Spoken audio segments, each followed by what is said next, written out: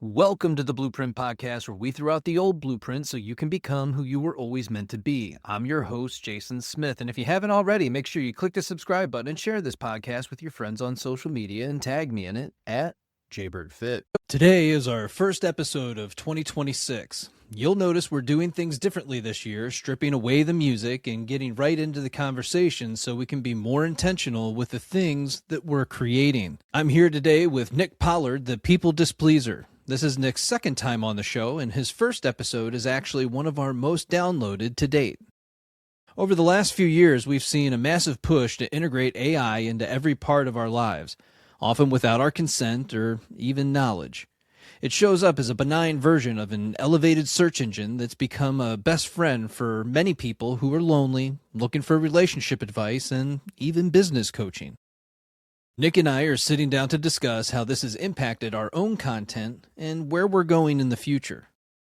Nick, welcome back to the Blueprint Podcast. What I was saying is that in terms of social media, I can start to read. I can see when they've used AI to create a video, even if it's them recording the speaking. And so I've been doing this thing where I'll take a video and I'll transcribe it and then I'll dump it into ChatGPT. I have this kind of running joke with it and I'll say, "Is this you?" And it will say, based on the pattern, "Oh, yes. Yes, that's me." And I ask it how it knows, and it's because human beings don't talk like that. They're messy, their minds wander. Scripting a video is scripting a video, but there's little telltale signs like, that's not this, it's that. That's not accountability. It's blah, blah, blah, dressed up as a chicken or whatever. But anytime I hear the word, man, I hear this is in theory. I'm like, and that really speaks to where we're going into the future here, which is trying to lean more into authenticity. Sure. I think I've been guilty of using ChatGPT for a few things, one of which is weight loss.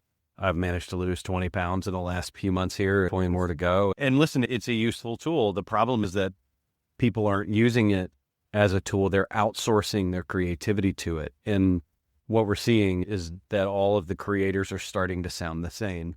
And all the videos, especially the AI created ones, even the ones that are like videos that AI made, are all starting to look the same. And I think it's sad that the social media platforms are losing the social component, that it's no longer social media, it's AI.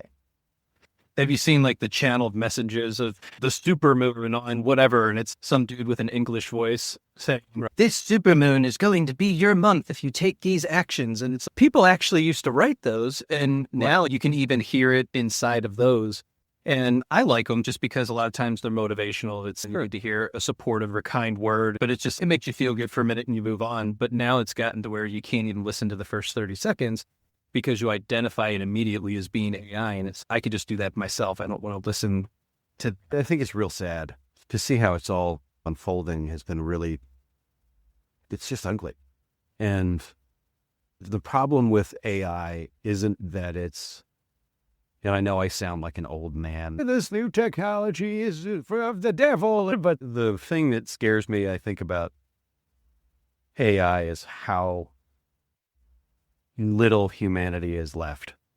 It's already been slaughtered in its own right over the last 15 years with social media. And it's just a shame that people can't just create from the heart anymore. That it's got to be some belched out bullshit. And the other thing about very specifically to the chats is they'll give you an answer, whether it's right or not. And so a lot of people are not reading anymore and a lot of people aren't studying anymore. And I think we're getting dumber. Literacy is down. And I asked ChatGPT the other day, said, tell me about Carl Jung and what he had to say about empathy or empaths. I'm sorry, it was empaths in quotes. And if you've watched my channel, you know that I take pot shots at that stupid fucking title all the time. And it was like, Carl Jung said all of these things about the empaths. And I went, except for Carl Jung in his entire canon of literature never used the word empaths. And so I challenged it and it goes, "You're right to catch you." And I'm like, so you're talking with certainty about something that you don't even know as artificial intelligence, and then other people are out there regurgitating it. The term empath was created in 1957 by an author in science fiction media. It was then used again in Star Trek in 1972. I don't suspect that Carl Jung was sitting around going, woo, empaths. It just doesn't strike me as his modality. So it's just, I don't know. I think it's a sad state that we live in, where everybody's just going to imright.com and play. I've now taken to the other thing, and I'm doing it, you'll probably love, is when somebody writes me a dissertation about how I'm wrong, I plug it into AI. And it will say, yep, that's me. To give a response or to find out if what they're saying is AI, because now you're just arguing with AI. And so I choose not to respond. If it's more than 80% artificial intelligence generated, I just don't engage in the argument. I have a boundary around it. Like going back to authenticity, I'm not going to argue with you because you wanted to plug in what AI has to think. It's not that smart. I love that you take that extra step to figure it out. That's awesome. I don't have it in me. You get so many comments, and if it's not worth spending my time on to answer it to begin with, it's not worth trying to figure out if it's AI or not. So I tend to ignore it. My comments are down, so maybe I'm just too bored. Ooh, okay, so let's talk about that. Why do you think comments are down? Because I've noticed it with my content as well, especially with Instagram. It seems like it's pushing. I create a lot of memes, relationship memes, and those continue to do well, but it's the same 5 that they continue to push. And it's like, those are up over 1 million views, and that's great. All my other stuff, the comments, it's 1 comment or 0 comments. And I don't understand why that's happening. The difference between, is it just because everybody's triggered on the meme and we're going to say 1,000,001 things there, and the take a walk with me stuff just doesn't hit anymore? I don't know. I don't know. My videos are doing okay. I'm getting 20 to 30,000 views on some, but some of my older stuff is doing well. And I think I'm a person that's going to take dogmatic responsibility for just about everything that goes wrong, right? That's just who I am. And so when I think about my social channels, one of the challenges that I've run into is that I was just tired of it.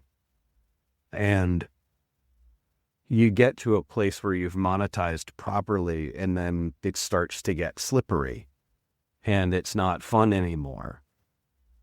And so I was more concerned about getting coaching clients and virality than I was about impact. And I think changing that has been helpful to me.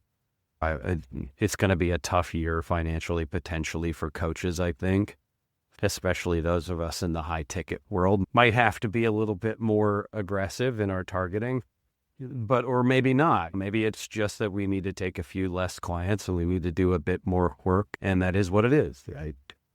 And so I think what I've noticed, at least in my channel, is that it does perform well when I'm being authentic.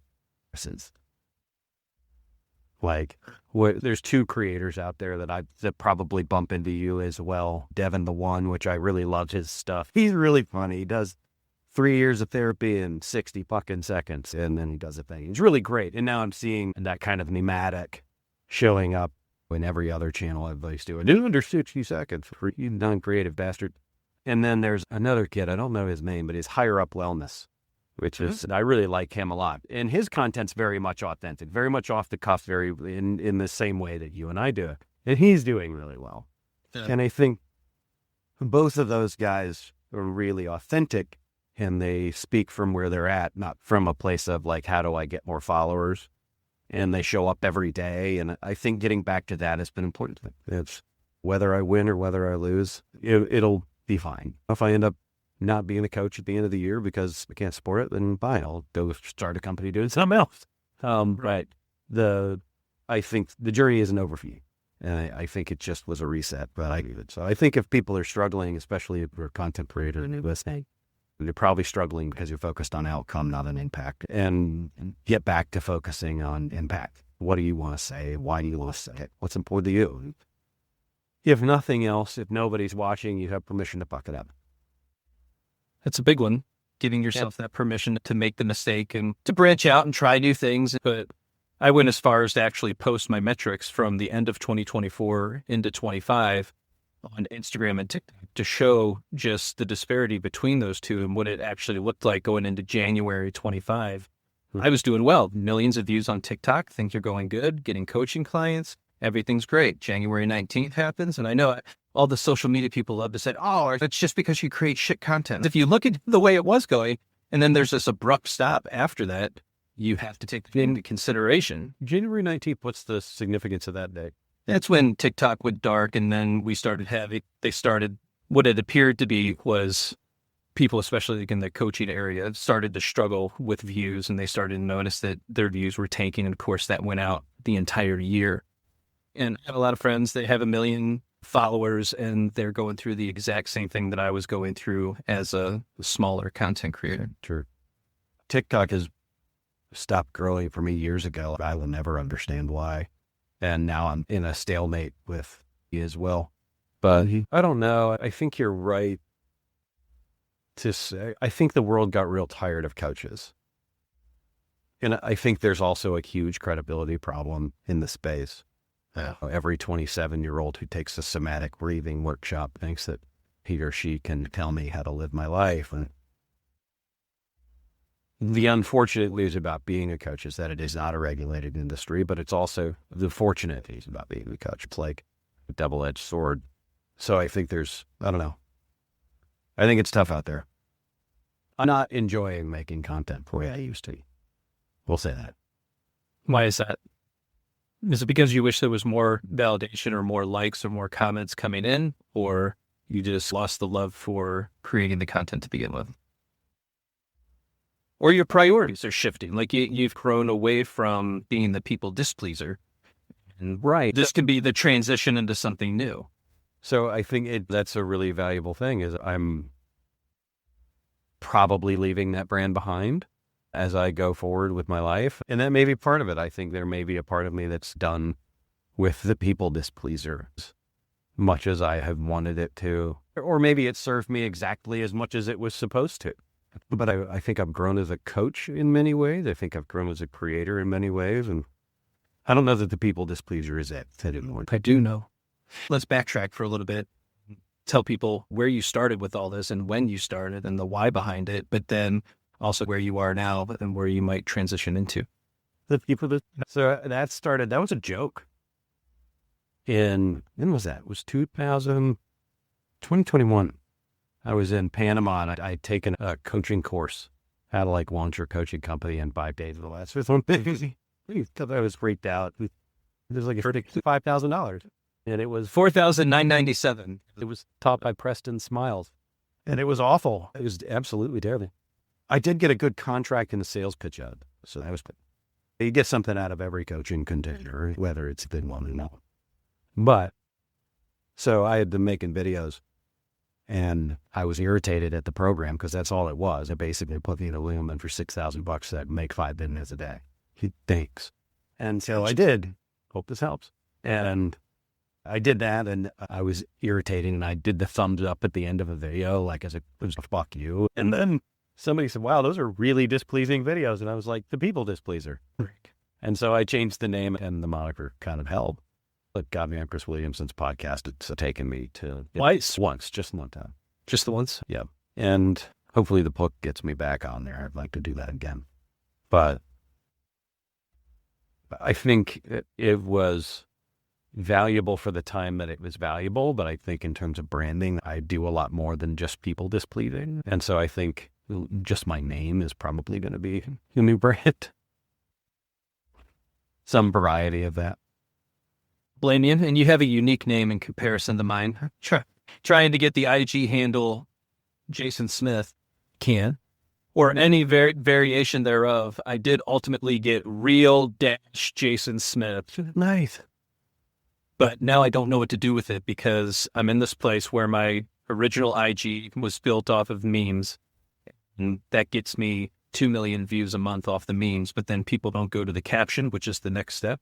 It's supposed to be pull them in with the meme, go to the caption, find the take a walk with me videos. That's going to be more regulating. And then find the podcast where you get more of the information with the people that literally wrote the books on the stuff. It just turned into people come for the memes and then they don't really do much of anything else. On IG, have you thought about putting your videos in the carousel? I've seen other people and then put the video behind it? That would drive that better. because it always gives the post a second chance. That's true. And Yeah. I don't know that it's the right audience. So it's like the audience, they're there for the entertainment and they get a little bit of that. They get a little bit triggered and then they just talk shit about the avoidant in the comment section. So now they're stuck. Now I'm creating the container where people are getting stuck and they're not willing to then jump out of that container into something else to say, you know what? Actually, avoidants are just human beings. It's goofy. And they have thoughts, feelings, and emotions too, and maladaptive coping mechanisms that we should probably take into account. But that's not what happens in those comment sections, unfortunately. Yeah. I think you're onto something. The videos I'm putting out now are doing fine. I think we have to be patient. And neither of us are particularly good at that. Gotten better. It's interesting because when I've only been doing this for 3 years, and I've had mild success at best, where I've been able to stay afloat, keep things going, pull in some clients here and there, learn a lot about myself in that process. It's much like the book writing process. I talked with several people that are in the process of writing books now, and they find themselves in that position where they're learning so much about themselves. It's pulling all of this stuff out of them. They're like, I thought I healed that. Where is this coming from? I don't even know why this is happening. Why would I even think about that? That was 20 years ago. I'm not even that person anyway. But I'm just like, okay, start recording all of that now. Grab your phone or get an audio recorder and start talking about the way that you're feeling at each of these moments, because it's either going to be great content down the road when you go to release your book, or it's going to be a second book. Sure. Yeah, I'm learning through the process of writing a book that I wrote 2 books, and most of what's ended up on the cutting room floor is very good material. It just needs to be put into another manuscript. Or workbook. Well, maybe it's a lot of stories that I would love to tell that I think are important. So we'll see. But I don't know. I think functionally, as a coach, social media is running its course initially here. I do wonder what's next for guys like you. Because whether or not it's lucrative is irrelevant. I think what's important is that it's fulfilling, and I don't want to fight the machines. Like I'm not interested in that. And so I wonder, and Gary Vee talks about this a lot recently, is he thinks there's going to be more money in unplugging than there is being plugged in. And I wonder if there's not something to that. Is maybe it's time to start doing workshops where there are no phones. Maybe there's room to do other things. Yeah. It's exactly why I just gave a course away for free, the 21-day Love and Abundance Challenge on YouTube. I just couldn't put all the videos because some of it's not YouTube appropriate, but 18 of the 21 videos made it to YouTube. And I just figured, you know what? People really just want everything for free, or they're going to go to ChatGPT for everything. Maybe this can make some additional money through YouTube. Not that I make much off of that channel to begin with, but get it moving, get it doing something, and maybe it can just become part of the funnel that people find that and they're like, oh, I'd much rather have an ad-free experience. Can I get this without the ads? You absolutely can. And so I bundled everything else that I have into a little unique bundle for $197. So you can get 3 courses, including that one ad-free experience, and at least you get to test drive it before you actually get inside. And then once you get inside, down below is under all the videos is I call it the video workbook for your soul. So there's all this information that gets you the integration questions and stuff like that. So is that the way? I don't know. But we'll find out. I've put a lot of work into recently, like Kajabi and like these ways of doing things right. And I'm getting to a place that I'm not sure how much I give a shit. Like, I enjoy my one-on-one clients. If I did 25 of those a year, I'd be perfectly happy with that. I don't know. I'm asking myself a lot these days. What am I battling? What am I really trying to accomplish? Like, what's the point? And if I do 6 new clients every quarter and I have a pretty happy life, do I care about doing courses? I don't think I'll ever do another course ever again. I'm there with you. I'd rather teach workshops. I'd rather teach in person. I'd rather be more plugged in. I had a wonderful client come to town the other day. That's one of the things I do that I love is I've built in a full day intensive with me into my coaching packages. So they just come to Huntington Beach here and we hang out. We drink 0 beers and they go get tacos and we have a really fun day. And I make it that because I feel like it's important to develop a gamut and coaching relationship. And so I really enjoy that part. And I keep thinking about like, well, why do I want to? Number one, marketing courses is hard. Number two, it's very often not successful. Number three, it's a natural progression in the pipeline, but do I care? And so I'm in this weird iteration of, I don't know, I give a shit about it.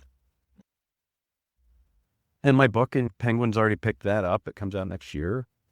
It'll do fine, I hope. I don't know if it'll be a New York Times bestseller. I think the big thing for me is, how do I pull my audience from Instagram, Facebook, TikTok, and YouTube onto a platform that I own? And so I can communicate with those people and they can know how to find me. And I think that I'm doing that through Substack now, which I'm starting to write there. I really don't know what the next iteration is, Jason. I really don't. It sucks right now, though. And I'm tired of watching content creators that I know are gaming the system winning. So how do you think they're gaming the system? It's hard to say. I know that, like I said, I can tell when the content's written by AI. It has telltale signs. It's not this, it's that. It's always linear in its logical process flow. It's comparative almost always. And listen, I could do that. I could tell it to write me 5 viral videos on People Pleasing right now. And it would, and they would be viral. But I choose not to. And so there's the old adage, if you can't beat them, join them. But I don't want it. I think that's just a part of it. We grew up in the system. We moved as all the technology moved, and we learned every bit of it along the way. We grew up with it, and we know it. We understand it. It was a part of our lives. But we also we didn't come home until the streetlights came on. And so we had this separation from technology all the way through up until early 2000s. And then I can admit that it's like the Facebook coming on scene and it's like, oh, what's this? And you find yourself getting a little more addicted. And then here we are 20 years later, and that hasn't changed much. But I'm in the place right now where it's like we're the bridge of reminding people who we once were, and we're going to pull them back into this more regulated space. And I think, again, the take a walk with me's and then the walks that you do as well, I think they're regulating for people, and that's why they show up and they listen and they watch and they pay attention, because it brings them into that space and teaches them, you know what? Yeah, actually, I do want to pull away from technology for a little bit. And then on top of that, we've got all these people that are living in this world of therapy speak that is stealing their resilience. And I've been so frustrated with that. It's like we take on all these labels and this is who I am. And that's the way it's always going to be. And it's never going to change. And you're going to have to be different to meet me where I am. Sure. What are you doing to meet other people where they are? It's a great question. It really is. There's 2 weird things that I'm seeing is the therapeutic language is really challenging for me. I'm avoidant. Okay, that's not a life sentence. That's just a way that you show up. I'm a people pleaser. Again, not a life sentence. You can solve these problems. I think people have become very emotionally fragile. Yeah. And that fragility is causing a lot of problems. Moms and dads all over the world being abandoned by their kids is apparently a trend. It's not really a trend. People say it is, but then they don't have any supporting evidence to back that up. Are their kids not talking to their parents anymore? Yeah. Has that been going on for decades? Also, like my father didn't talk to his parents. Like, they were terrible fucking people. Like, this has been going on for a long time. It's just now we've given people a mouthpiece. No, it's the rise of the influencer therapist. And people aren't actually doing the work. They're just talking about the work. Yeah. And having the language for the work doesn't work. But I feel like what? Yeah. I feel really smart when I talk about the work, but the work isn't, it's really, if you look at life, it's going to be hard and pain is unavoidable. Like, your pain is going to be there, always. So you can choose to wallow in that or not. Right. And so I think by teaching everyone that life is a pathology, we've crippled an entire generation of people. Yeah, life's fucking hard, man. It wasn't easy for me to be here. And to build a channel of 1 million people. This was hard ass work, and it's going to probably get taken away from me at some point. If either when I die, it will be over, or I may be at the end of it. This may be the end of my career in social media. It's legitimate. I'm going to keep creating until I can't anymore. I'm not distraught about it. Like, I'm curious to see what's next. Maybe being an author is my true calling. Maybe that's the thing I do, or maybe it's public speaking, but I don't really know what's next. And I think that's a cool feeling, frankly, for the 26 is I don't know. I'm okay. I will be okay. Yeah, you did some public speaking last year, didn't you? You had your own event? I did. And How did that go? awesome. Tremendous. I'm actually quite a gifted teacher in person, and I really love doing workshops like that. Put 15 people in a room, and I will fix some shit with those people. And it's like my favorite is watching people. I love to see the light come up. Yeah. When somebody gets it, that's a really cool moment. And I think the people-pleasing thing has been an interesting thing for me too. I think as I wrap that part of my life up, this is interesting because you never really get past it. It's something you play with forever, but also it's a big part of what I had to do on social media.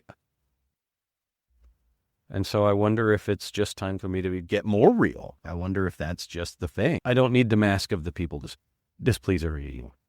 I wonder if it's time to just be Nick Pollard and be okay.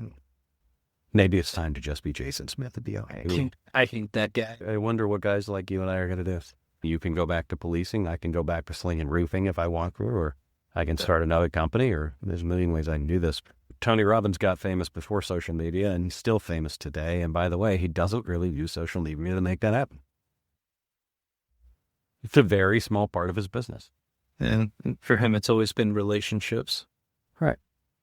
Relationships and workshops. It's like very early on, he grew himself in all the right rooms by going to the wrong rooms first.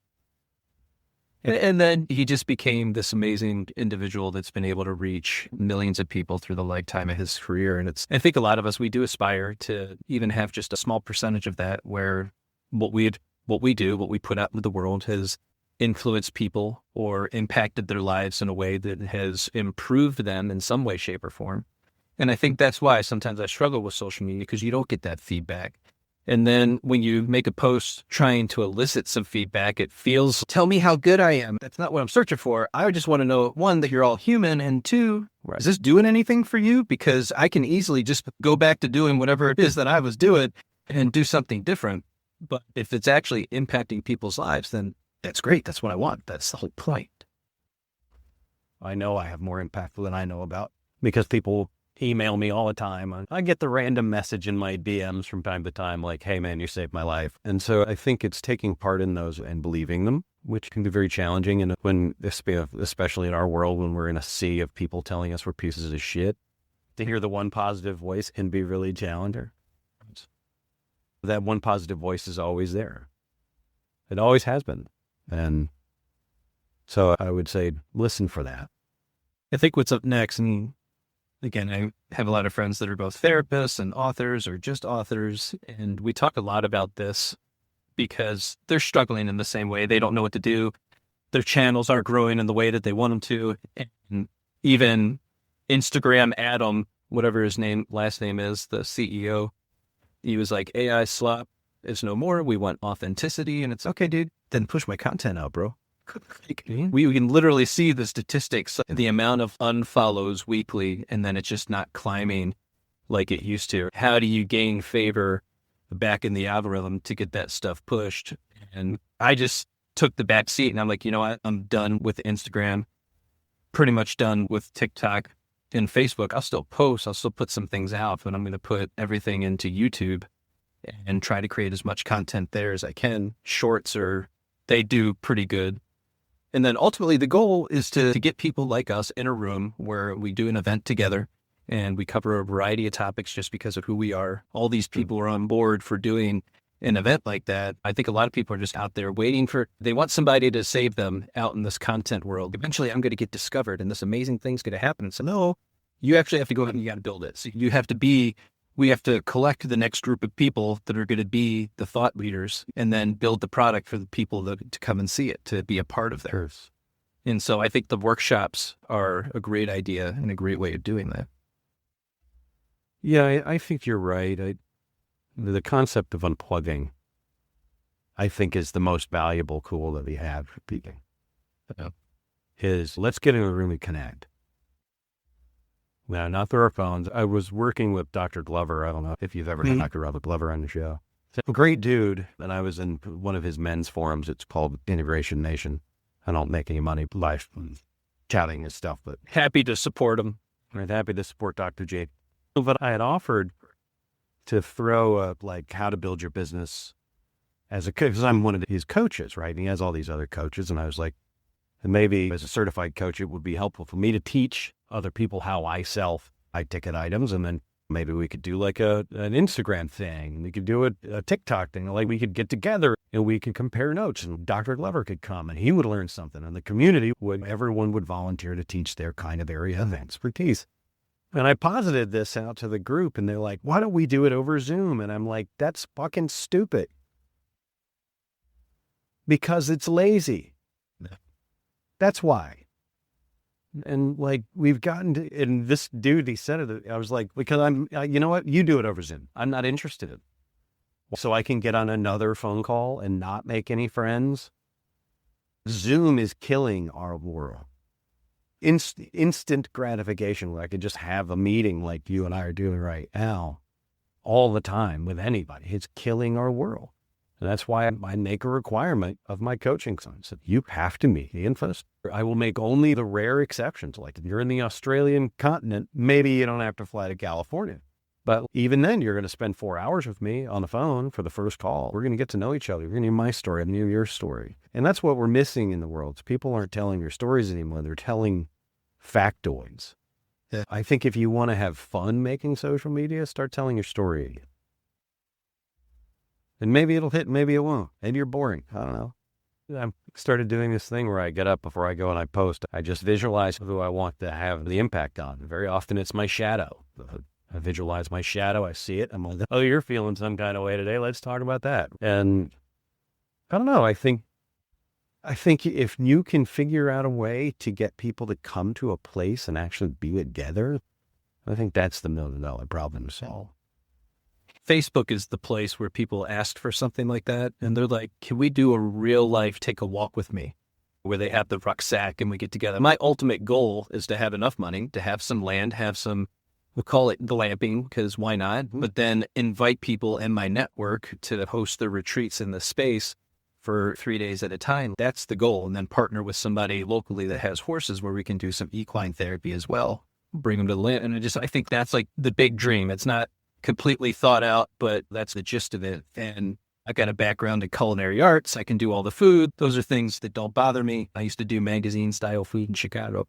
And so people would not go hungry. They would enjoy themselves while working on some traumatic things. And again, just finding who they really are again. I think that's awesome. But you got to get there. It takes X amount of dollars to make that happen. And so if that stuff isn't coming in, then, you know, I personally haven't seen a path to make that happen for myself. I think I would love to. I think if the path is there, I think the path is scary for you. I think there's a lot of risk in that. I think there's a big risk if they're required in that path. I think a lot of people are standing in their own way, though. But I hear what you're saying. I really do. I think getting together in person, we need to stop before it's too late with just connecting over Instagram and just connecting on Facebook. I do love the Facebook crowd. You're right. But they're always the ones that are like, I'd love to come take a walk with you. Why? So to what end? I'm usually out here talking to myself like a psychopath. Do you find that Facebook is the more negative of all three mediums? Oh, dude. I think it depends on the video and the season.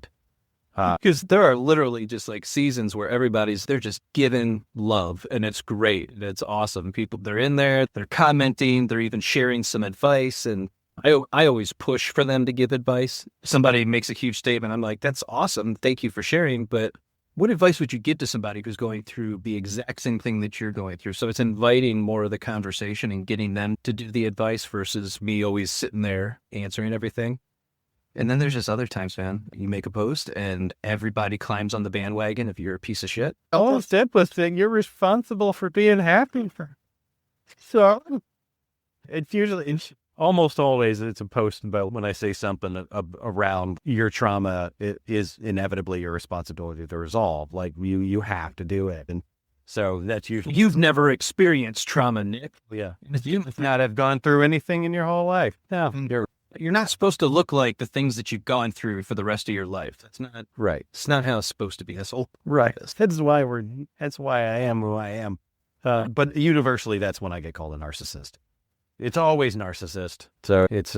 Yeah. Didn't you see 20 videos today that said how to spot a narcissist? Yeah, the red flag videos. It's always everybody's always talking about their red flags. It's just they're never talking about the ones they ignore. And big statement I always like to make is I want you to learn to know and trust yourself, right? And your discernment. If you can do that, now you're probably going to be really keen on spotting people that you just don't want to be around. And you don't have to call them a narcissist. You don't have to call them an avoidant. You don't have to call them a sociopath. You don't have to go down any of those roads. You can just say, I don't like this. Peace out. This is not good for me because I recognize what's good and what's not good for me. And I'm not going to entertain this. And then you get it with, yeah, but they're so cute. Yeah, but they're so handsome. Yeah, but they have money. Yeah, but they got a job. Yeah, but they got a car. Yeah, but they take me to Dubai once a month. Then you're actively choosing it. Like you realize that, right? Yeah. It's the old adage, what you don't change, you choose. Man, I think the world is changing. It is. Whatever it's going to be, it's going to be. So the other part I wanted to talk about was getting tired of telling your own story. Because you mentioned sharing more of your story. And I shared a lot of that. And get to a point where it's just, I'm tired of talking about it. And it's the same thing with these online groups. Like people get in the narcissist group, they get in the attachment group, they get in the avoidant group. And it's great at first because you're healing, you're sharing your story in these groups, and that's awesome. Good for you. You found a group of people that can share your experience a little bit and you're not alone, and that's awesome. But then 365 days go by of you in that group constantly talking about your experience. And that rewires your brain, man, to become stuck in that moment in time of your life. And you never really grow beyond that experience. And you get more angry and resentful and filled with contempt. And eventually you have to get tired of telling your story. Set yourself free. Yeah, but if you do that, Jason, then what are you going to blame for you not getting what you want? There's always something to blame, is there not? I think it depends on where you're telling the story from.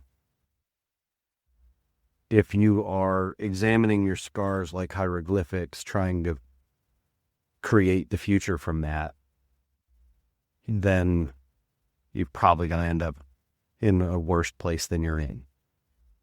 But if you're telling the story from a place of acceptance to help other people, I think there's value. And something I've long hated about our particular career path is how often I have to repeat myself. And so much so that I've now pulled the list of every one of my videos that's done over 95,000 views. There's about 70 of them. And I'm just going to remake them. Oh, nice. And I'll just do that once a month. Interesting. Because what people want to hear, what I've realized is that people don't need to be taught, they need to be reminded. And so I'm going to remind them. And I don't love making that kind of content, but saying the same shit over and over again is inevitable what gets you more follow. And maybe changing my name, maybe walking away from people displeased brand, sure. Maybe that will have an impact, but maybe it won't.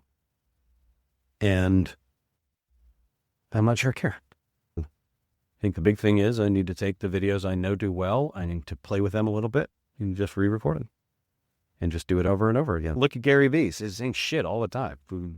There's no variance. If you really look at the content creators that are doing huge shit, that are doing big numbers, they're saying the same thing over. And so Here's my issue with that is, to me, that then starts to become manipulative, because now we can say, oh, but it's just branding and it's just putting out the videos that people want to hear. But the same thing of being in that closed Facebook group about narcissists or whatever your flavor is. And you find yourself just constantly consuming the same thing over and over again. And sure, you're supposed to be a guide. I'm supposed to take you from one place to the next place. And I want you to go from here to there and finally release yourself from this mental prison that you're in, so you can feel empowered, so you can feel like you have a life, that you have a future, that you can attain your goals, that the things that you want and that you desire are attainable in your life. That's the whole point of creating this type of content. If you're watching the content and you're paying attention and you enjoy it, take the next step. Don't be afraid to do that. Like, we're giving you the permission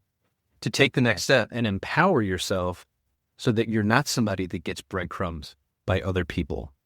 To make that transition, to make that shift, to recognize that you are accountable to you, and you didn't get duped, you didn't get fooled.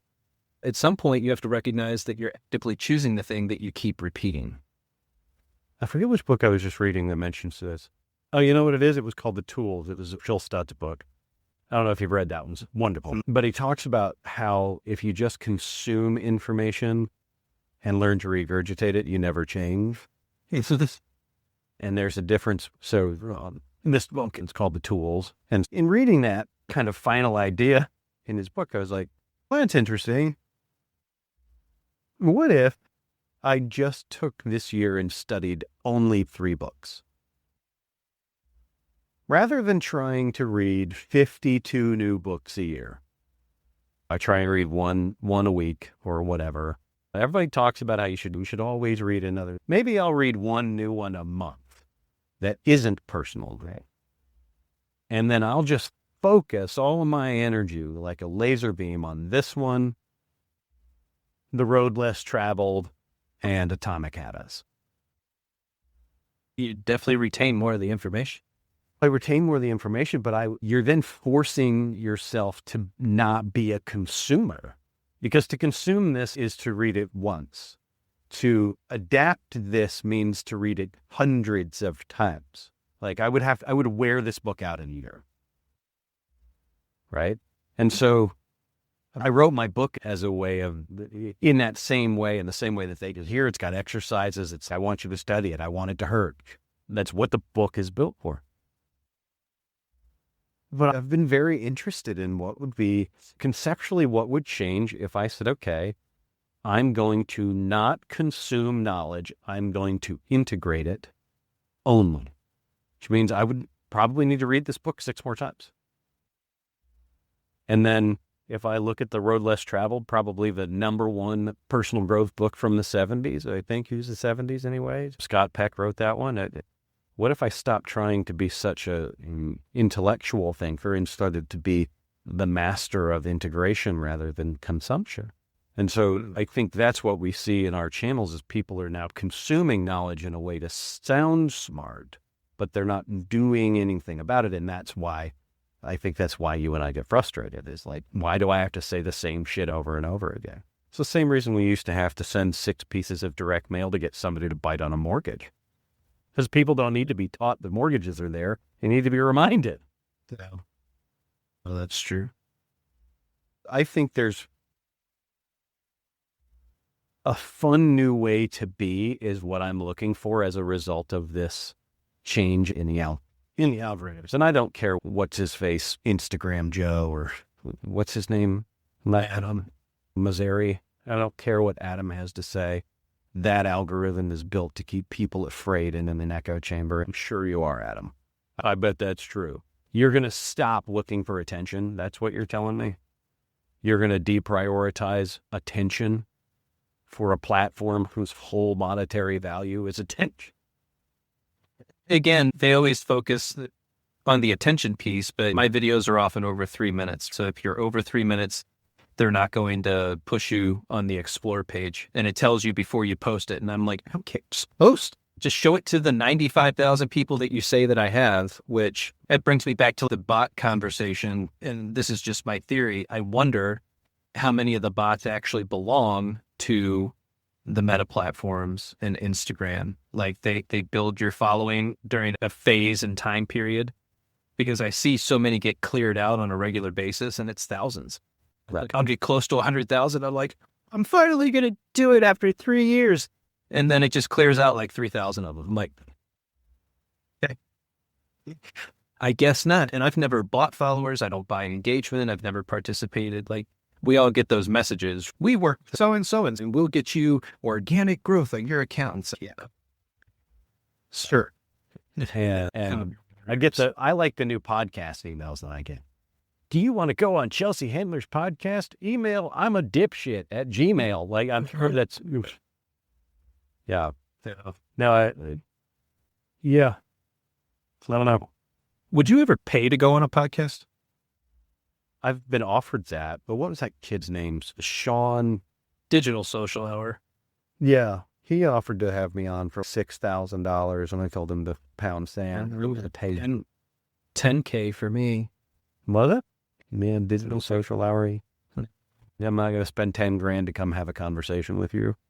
Or the people that say they have 1 million followers, and then after you do the podcast, they hit you with, we can get you posted on our account with 2.1 million followers for $1,500. I'm like, no. Right. I'm good. I don't think so. I get more views than you do. It's okay. Yeah, I love the ones that are like, I can get you more followers, and they have 1,500 people following their stuff. And I can't. No, you can't. If you could, you would. I don't know. I think the landscape is weird. I don't know. We keep coming back to this idea of what is AI and what isn't, and what's it going to do and what won't it do. Yeah. I struggle with it. Whatever it is, I'll find it. If I take responsibility for the fact that I am in an AI-generated world right now and I want to do it my way, I need to really ask myself, what does it mean to do it my way? I think we're the rebel alliance in all of this. I've seen what it's done to people in their own thought process because they're not global thinkers to begin with. So they get stuck in an echo chamber that is their own mind and not realizing that these AI models are just regurgitating more of themselves back to them. And they get into that state of hallucination. And it's, see, I knew I was right. And it's, if you're going to ask the narcissist. And it's just, oh, see, I knew it. See? See? I told you. Good luck. I don't know what to tell you. You're going to find out on the hard road on what that to yield for you in the long term. We need to get back together. We need to get back to being human and connecting and being co-regulators and spending actual time together face to face. I'm with you. I've struggled with the idea of doing courses because I for that same reason, I feel like they're just a cash grab. Yeah. I feel like it's just another way for people to make money. And listen, I don't begrudge people that, but I don't know that what I teach can be taught in a course. I don't know that I can, because it's not sitting down and journaling in a notebook about what are my 3 goals for the year. I've long suspected that the coaching and personal development world it's a $1 billion business. And it's built like our medicine system. It's not there to help you grow. It's there to keep you in swings. And so I thought about, is there room to even do a documentary around people that have blown their lives up following fucking gurus? We love to watch Tony Robbins speak. Outside of the people that were already rich when they got in front of him, has anyone actually become very successful as a result of working with Tony? Or going to one of his Date with Destiny? They're like, do you come out of there with actual ability, or do you just come out of there having consumed 4 days of essentially Person growth trade? That's good. I like that. I mean, it's the same. If you look at how they do it, I watched his video, Not a Guru, or Not Your Guru. And I'm like, they're jumping up, like they get them all revved up and they're singing. This is what they do at church. It's like they get you all pumped up and you sing songs and then you're praising the Lord, and then they sit down and they give you an inspired message, or they tell you to give them more money, and then whatever it is for that day. And then you get up and you sing a takeaway song, and then it's church. And I wonder if anybody's ever walked out of there and done something real special. Really special. I don't know. We both watched it, and we've been doing something I think is pretty special. Sure. I just wonder if I've thought about it for a long time. I've even made videos about it. That the personal growth industry is absolutely robbing people blind. because they tell you that the secret to better habits is hidden in the next book. And my book addresses that very specifically. I take a pot shot to personal growth in my book, which is to say they keep selling you shit and telling you that the results are behind the next title, but it's not. It's behind the next action you take. Yeah. And that's why I think pick a book and do it for 1 year. I'm going to do one book for 1 year. I'm going to read it over and over. And this is a really good one. It'll probably change my life totally. If this podcast episode goes viral, Dr. Phil Stutz, I'm looking to meet you. Maybe you study Beyond Order or Good to Great, or maybe you study any number of the wonderful pieces of literature that already exist on the ideas of how to make your life better. And then if that works, like if you find somebody that resonates with you, why aren't you doing more of that? The guy who wrote, and by the way, if you've not read it, The Body Keeps Its Score is a marvelous book. Yeah. Wildly misquoted, by the way. Like most people have never read that title. I can tell you 1,000 times I've heard people say, The Body Keeps the Score. And I know they've never read that book now that I've read that book. Because I used to shit all over it and I'd never read it. I see this a lot, by the way, with the therapists and Mel Robbins. The man. Ooh, she's getting the heat. Both my books got a lot of scrutiny recently. I think Bessel van der Kolk got shit on because he said some pretty awful things in a workshop he did about it was pretty anti-Semitic. A lot of his book is anecdotal in terms of his client experiences. So there wasn't a lot of true research within that text. Mm-hmm. But I agree with him in a lot of ways because his philosophy on trauma is very much Adlerian, which is, okay, so it happened. And maybe the body is keeping the score, but if that's true, you still decide whether or not you have a goalie. You decide, right? Like you decide the point system. So if the body keeps the score and you're in charge of points, the consumption of knowledge has become the order of the day rather than the implementation. And so you look at The Body Keeps the Score. If I punch into ChatGPT right now, tell me that I'm right based on The Body Keeps the Score, it'll go, sure. Here's all of the anecdotal evidence that suggests that. And then if I say, now tell me I'm wrong, it will do that too. But I think it's intellectual laziness is the pandemic of the day. Where even, people that are getting millions of views online talking about Mel Robbins' book, which I've not read. I'm sure it's fine. I don't like Mel. Her voice is annoying for me. Yes. I listened to it. How is it? That was my book for the dog park for a while. A big motherfucker. Big ass book. Yeah. It was fine. Again, the whole thing is, if they're going to do this, then let them. And it's, no, I hear you.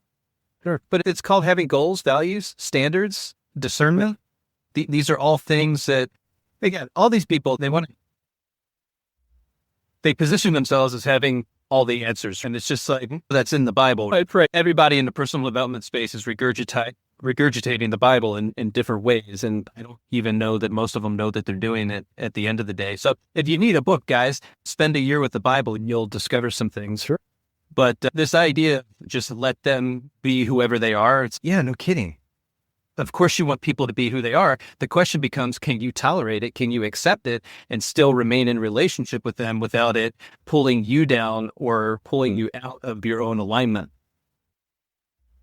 Most people that shit on that book haven't read it. The same thing was true about it. And listen, I was guilty of the same thing with regard to van der Kolk and The Body Keeps the Score. But now I've read it, and on most everything, he and I agree. I will say on Let Them, there was apparently a poem from another creator. Oh, yeah, I saw that called too. Let Them. And so I think a lot of the flack is coming from that whole thing. And there's been as far as I know, there's been no acknowledgement that had any role in the creation of the book. So who knows? I think Mel is possibly one of the best marketers that's ever come through our space.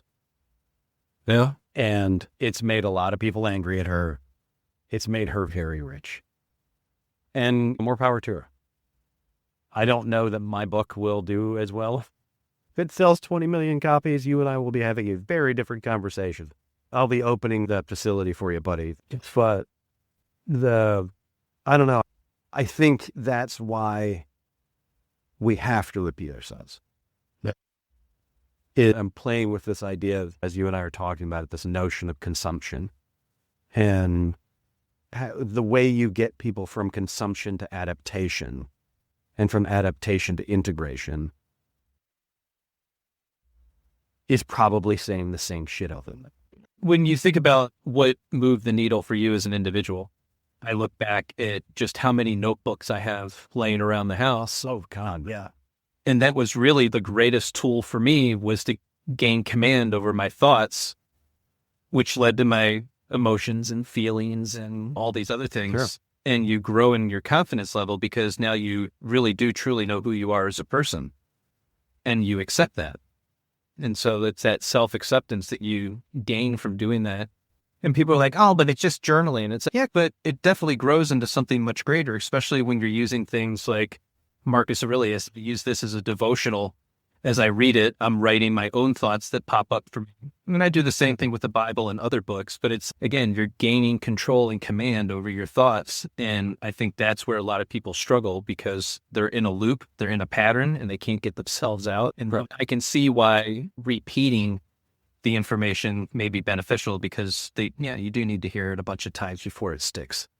A friend of mine said this to me because I've been irritated with content creation. Well, this is actually really a helpful conversation. Frankly, I hope somebody hears this and does something with what we're talking about, because I think there's something to it. I think you and I probably needed to have this conversation, because I may be right about this. And it may be that us getting real about the fact that making content is boring and it's not real exciting. And it might be that content creation is just fucking boring.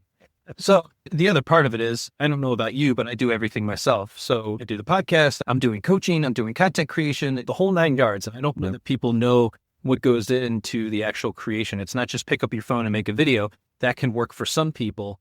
But when you're as ugly as I am, you need some filters, and you need to cut the video a little bit and speed it up and put everything in there. But I wouldn't say that it's boring necessarily, but I feel like I'm stuck, like I'm not growing as fast as I would like to as a person, because I am talking about the same things all the time. And there's a lot of other topics that I would love to bring in. Right. Introduce people to, because that's a huge part of who I am in my life and what I do.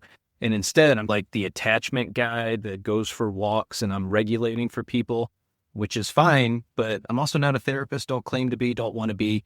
I could have gone for 2 more years of schooling. I already have a master's. I don't need another one. So Sure. with that, I didn't want to be the attachment guy. I wanted to be the person that gets you to a place where you can take your power back away from the things you give it away to so freely. And so to get you to notice, to get you to observe, to get you to acknowledge like who and what and where you actually are as a person. So here's a challenging question. Are you willing to do that at the cost of doing content that you already know works? Yeah, I've already done it and I paid the price. You watch views go down. But again, when you look at metrics, I look at TikTok and it's like views were way up here. As soon as January 25 hit, they shoot down and then they stay straight across the entire time. I don't think that speaks to the content. I think that speaks to the platform, since everything was up in the air.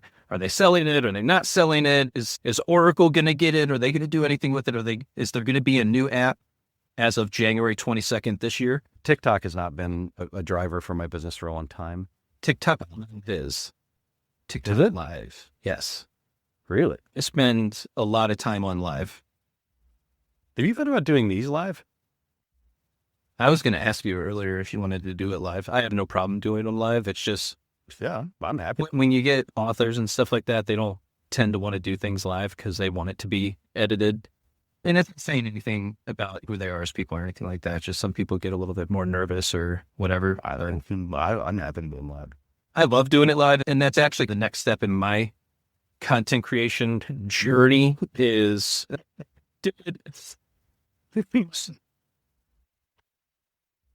Journey. God damn it, I'm tired of being on this journey. everything's a journey.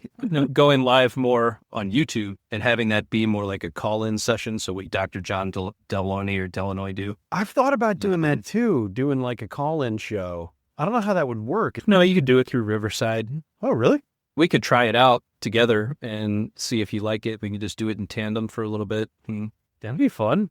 I've been trying to get people. Dude, I would do that all day. We all have a lot of content creator friends. And the problem is they all want to do their own thing. If you invite them to do something new or something different or something, this is weird. It would be awkward at first. Definitely a growth period with it, but I think people would love the ability to call in, ask a question. It goes for an hour. It doesn't have to go any longer than that. And then Sure. I think it's a great idea. I would have a hell of a lot of fun doing that. Frankly, I'm excited about it. I think getting other creators to collaborate with you is a real pain in the ass because we're such a individualistic community. And I think it's like, I'm not stealing anything from you. You're not stealing anything from me. If anything, we're using our audiences to expand.